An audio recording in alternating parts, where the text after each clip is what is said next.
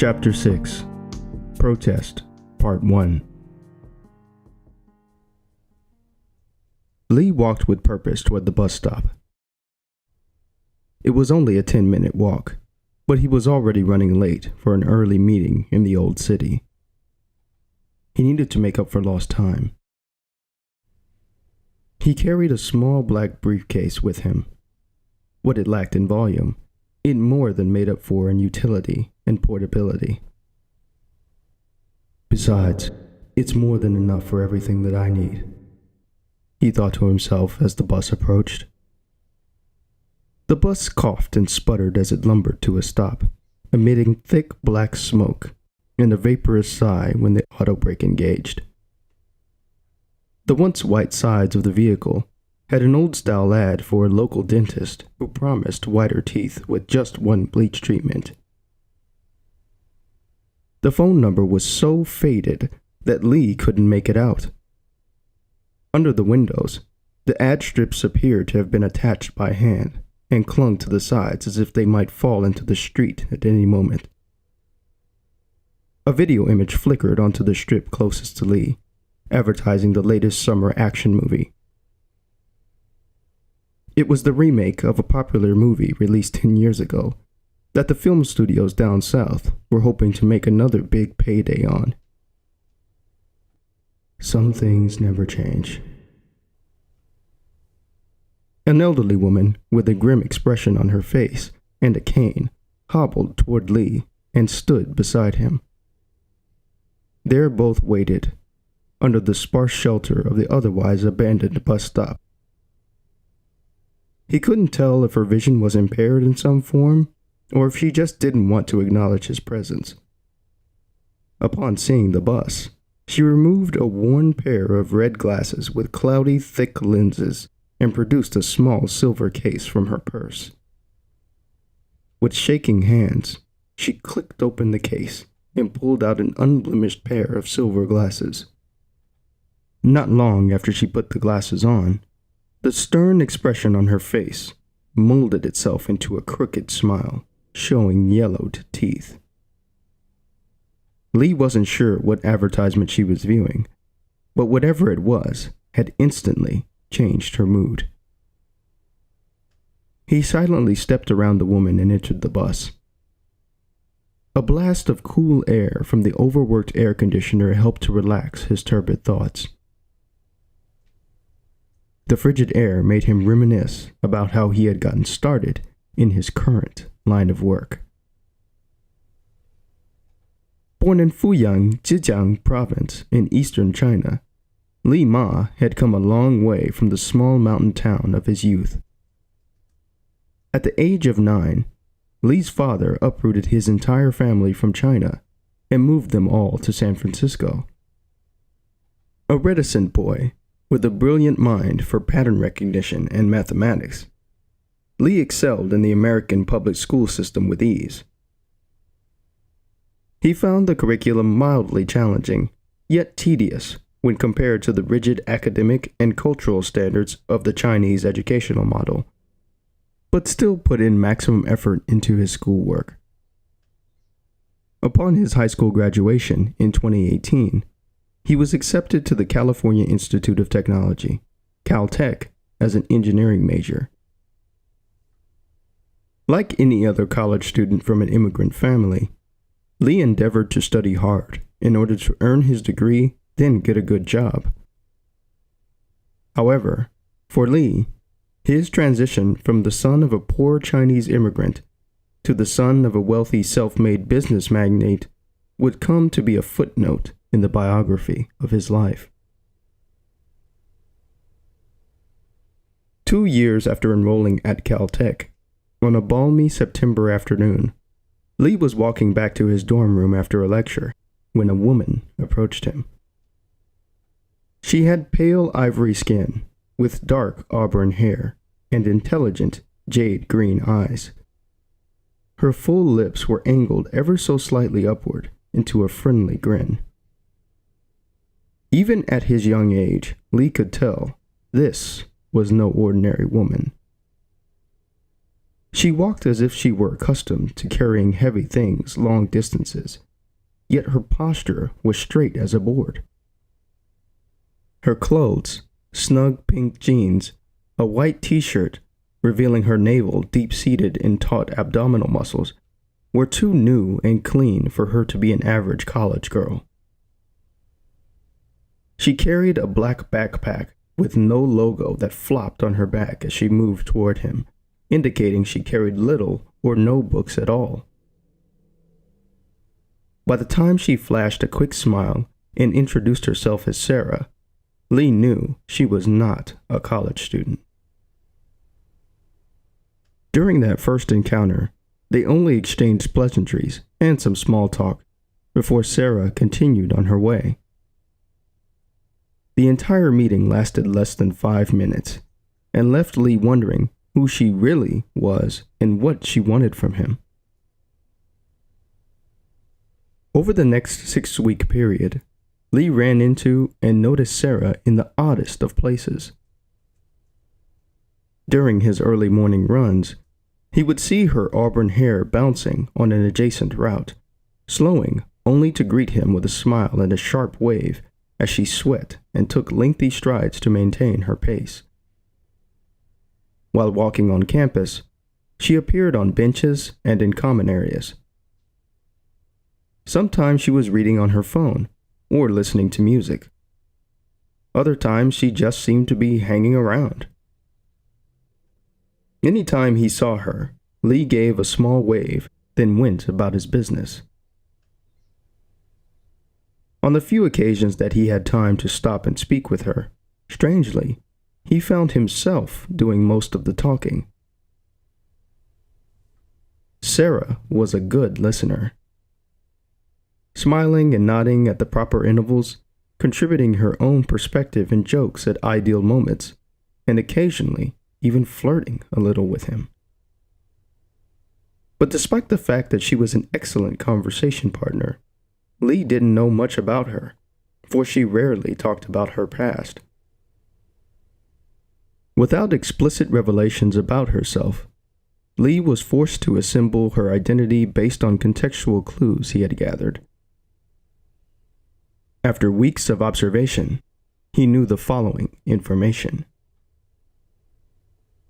Age, late 20s, early 30s. Marital status, definitely single. Interests, running, Billie Eilish music, playing chess, weightlifting. He had seen her doing all of the above at least twice. Personality, astute, introverted, hardworking. He also knew she had probably grown up in nearby Orange County, and most likely had close family members in the area. He had watched her talking animatedly on the phone one day without her being aware. One afternoon, under a steely gray sky in November, they met for tea off campus. Outside, in the nippy open air, Lee wore a light jacket over an orange Caltech shirt and jeans. Across the table, Sarah sat in black winter leggings with dark red rectangles on the sides, wearing a coal gray Caltech hoodie. Beside their cloth face masks, steaming cups of tea had been placed before both of them. Lee ordered red tea, while Sarah had black herbal tea. At the proper moment during their chat, Lee disclosed all of the personal facts he had gleaned about Sarah's personality, background, and hobbies. When he finished, Sarah's face flushed with uncharacteristic embarrassment, providing a momentary glimpse at her genuine self. The real girl behind the mask.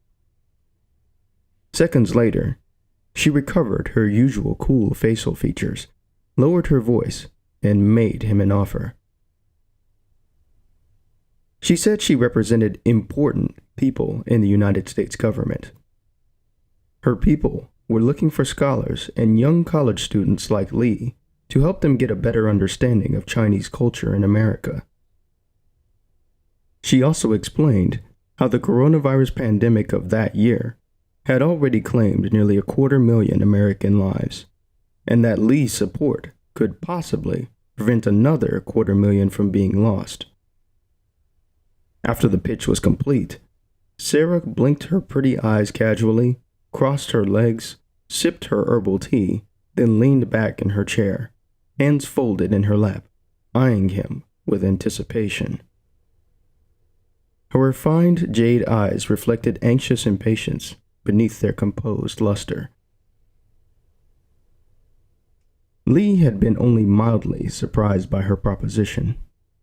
He had watched enough American movies and read enough articles online to know somewhat how these things worked, without having experienced them firsthand.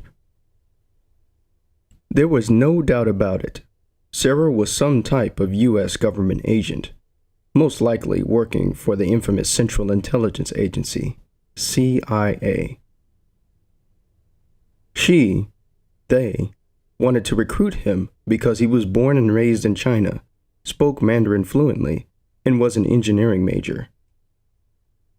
He was also a young 20-year-old male at the time, which was probably why they had specifically chosen her, an attractive white female with jade-colored eyes, for his potential recruitment. They had thought of every detail: his school schedule, daily routine, even down to the cultural nuance of the jade eyes to remind him of his birth country. Had they really gone through so much trouble for him? Probably. Lee sat at the table as Sarah's eyes bored into him. The way her foot bounced in the air and her neck muscles tensed, Lee could tell she was very uncomfortable when she had no control over things. He did not want to trouble her, but this was now about him. It was his decision. With her true purpose unmasked, Lee wondered what he should do. It took him a week to mull the decision over. Sarah offered to pay a hefty sum in exchange for Lee's junior intelligence gathering efforts. She told him his talent as a brilliant engineering student and native Mandarin speaker would be helpful in keeping America safe. Lee thought long and hard. Though he had no need for extra money, thanks to his father's wealth, he found his engineering path dull and monotonous. When he was honest with himself, he enjoyed the study of engineering more than he did the application of it in a sterile laboratory or corporate office. Although it had been strange being followed by Sarah for almost 2 months, he had been able to figure her out with only his powerful instinct as a guide. Sarah herself had reluctantly admitted that to him. How good could he get if he actually had her training? He decided to find out. A week after they had met for tea, he contacted Sarah and formally accepted her offer. He had no idea that the decision back then would lay the foundation for a long career in the intelligence world. A career that would take him around the world, allow him access to society's labyrinthine underchambers, back alleys, and sewers, and culminate in his current position as Chief of Intelligence of Cereus. Comfortable in his bus seat, Lee's mind focused on the message he had received only an hour prior. Could it really be happening? Order 5428? After all of these years, he never thought it would occur so unexpectedly. No training scenario or exercise had prepared him or any of his colleagues for this situation. And now, essentially, they were all flying blind. He rubbed his temples with his fingers in a circular motion to help clear his head. He needed to focus on who he should meet with when he first arrived at the Capitol building.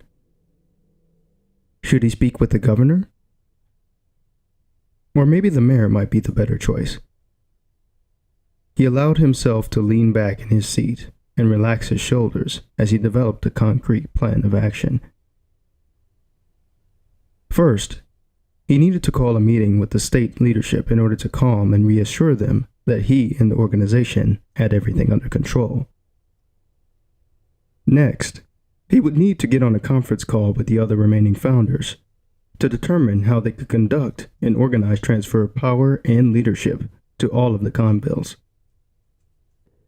That will be the hardest part, and it might not go as smoothly as we surmised. Outside of the window, the bus sped past patches of open farmland south of Yuba City and was quickly approaching the newer suburbs on the west side of Lincoln. Most were single-family houses that repeated themselves in a uniform pattern after a block or two, with a few wealthier properties sprinkled in for those fortunate enough to be able to afford them. The entire area north of Sacramento had seen explosive population growth in the early 21st century. This necessitated a large number of homes be thrown up fast with little regard for how to sell them. And as a result, Lee knew that over 50% of them were vacant, with few to no pending inquiries. The thought and sight of the homes made him feel like a failure. If only we had intervened sooner. His moment of regret was interrupted by the distant chime of a bell from deep within his inner ear. The chime echoed softly, slightly beyond the edge of his awareness at first, but loud enough to make itself known. He had personally chosen the tone because it was calming and neutral, which made it easier for him to focus when he needed to use it. Identify caller. His thought triggered a prompt response from the device resting in the jacket pocket of his suit. Call from Rodan. A distant male voice spoke into his ear.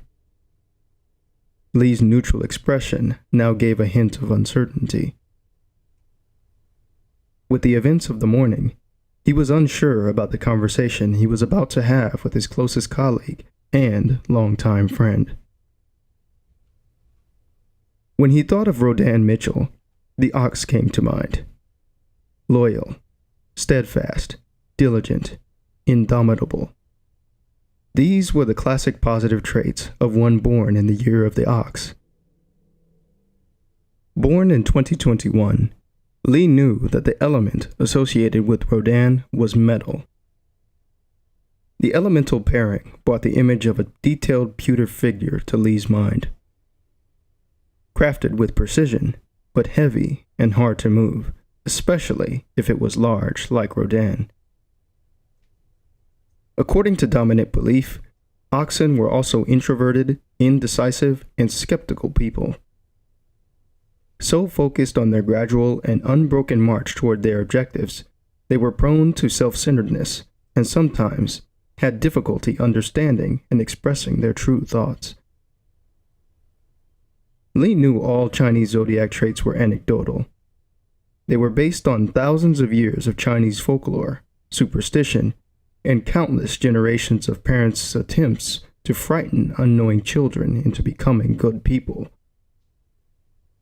Even with that knowledge and decades of lived experience, he still found kernels of truth in the old-fashioned beliefs. He had seen Rodan's personality and, at times, the trajectory of his life and career manifest just as the animal wheel of fate had ordained. Rodan, as an ox, was oblivious to these things. It was only natural. Call from Rodan. The voice repeated itself 3 times, providing Lee with a moment to collect his thoughts. Answer call. Rodan's voice boomed in his mind, inciting a brief feeling of nausea. Must be the new implant, Lee thought. What's your ETA? Rodan asked. I'm on the bus right now. Should arrive at the capital by 10:30. Gotcha. Just wanted to give you a heads up that there's an active protest scheduled for today. Is that right? What time? Our sources are saying around 1100. but you know how reliable they can be. Right. Peaceful or armed? Right now, word says it's one of those peaceful groups. Some tree huggers from Napa. I don't think they should be much of a problem, but we'll keep an eye out. Break. He put a mental stop in the conversation to consider Rodin's words. A protest? Today? Most peaceful protests were scheduled weeks in advance, and he hadn't read any reports or received any notifications from any of his sources about one this morning. Something was off. Continue. You still there? Rodin's voice pierced his thoughts and coincided with an abrupt lane change that the bus had to make. Lee felt bile surge up his esophagus. He swallowed hard to force it back down. Yeah, still here. Have they said anything about next steps? Nah, not yet. Still waiting on word from one of the big bosses. We still don't know which one pulled the trigger yet. Got it. We'll find out more soon enough. Okay, I'm signing off. Lee, one more thing. Watch your back out there. We don't know what's going to happen from here. I will. In call. Lee's eyes moved to the slim black briefcase stowed on the floor of the bus between his legs. It had been nearly 10 years since he used his service weapon while on the job. He stared at the case and hoped that he could add another day onto that number, although he had his doubts. In nearly 30 years of service with the organization, and prior to that in the military, he had received countless hours of various kinds of training. During all that time, he knew that his greatest asset in any foreign situation was his instinct. It was a skill that rarely failed him, and had even saved his life on more than a few occasions. Once again, his internal alarm was active, and warning him that today was going to be a very long day.